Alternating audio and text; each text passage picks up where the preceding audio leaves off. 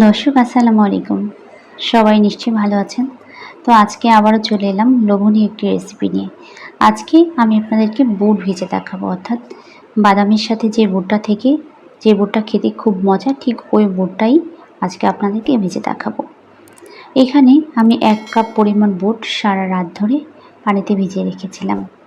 তারপর ভালো করে ধুয়ে পানি ঝরিয়ে নিয়েছি। সামান্য হলুদ আর পরিমাণ মতো লবণ দিয়ে ভালো করে বুটটা মেখে নিতে হবে। এই ক্ষেত্রে বুটটা রেখে দেওয়ার প্রয়োজন নেই, সঙ্গে সঙ্গে ভেজে নিলেই হয়ে যাবে। আর হলুদ দেওয়ার ফলে কালারটা কিন্তু অনেক সুন্দর এসেছে।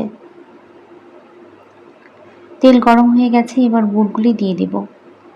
আর রমজানে কিন্তু আমাদের সবার ঘরেই এই বুটগুলি কম বেশি থাকে। আরেকটি কথা হচ্ছে, এই বুট কিন্তু বেশি দিন থাকে না, অল্প কিছুদিনের মধ্যে পোকা ধরে নষ্ট হয়ে যায়।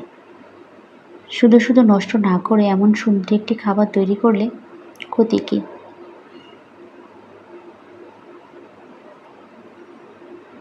আর বুটগুলো ভাজার সময় অবশ্যই একটু সাবধানে ভাজতে হবে, আর পানিটা খুব ভালো করে ঝরিয়ে নিতে হবে। পানি থাকলে কিন্তু অনেক সময় তেলটা ছিটে গায়ে লাগতে পারে।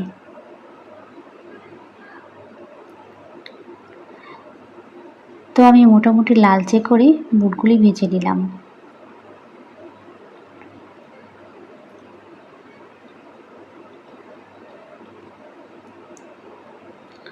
বুটগুলি কিন্তু একটু সময় নিয়ে ভাজতে হবে, অর্থাৎ প্রায় 10-12 মিনিটের মতো সময় লাগে এই বুটগুলি ভাজতে।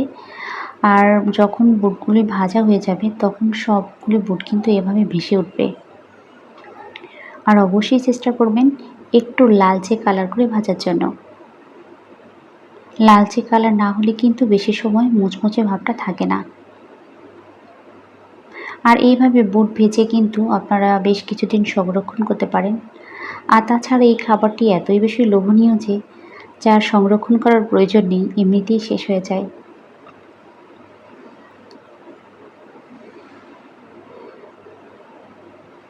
তো আমি মোটামুটি লালচে করে সবগুলো বুট ভেজে নিয়েছি।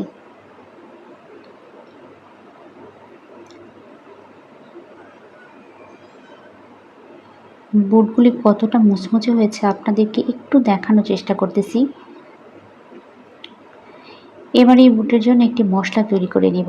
দিয়ে দিয়েছি 1 চা চামচের মতো হলুদের গুঁড়া, 1/2 চা চামচ চাট মশলা, সামান্য একটু বিট লবণ, আর 1/4 চা চামচ হচ্ছে টেস্টি সল্ট। মশলাগুলি ভালো মতো মিশিয়ে নিতে হবে যাতে ভিতরে কোনো দানা না থাকে। এবার অল্প অল্প করে দিয়ে মশলাগুলো অল্প অল্প করে দিতে হবে, তারপর ভালো করে বুটের সাথে মিশিয়ে নিতে হবে।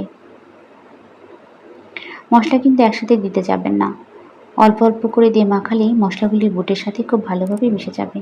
আর কতটা লোভনীয় হয়েছে একটু দেখানোর চেষ্টা করছি আপনাদেরকে। তো দর্শক, আজকের ভিডিওটি কেমন লেগেছে তা আমাকে জানাবেন। আবার দেখা হবে অন্য কোনো সময়। আল্লাহ হাফেজ।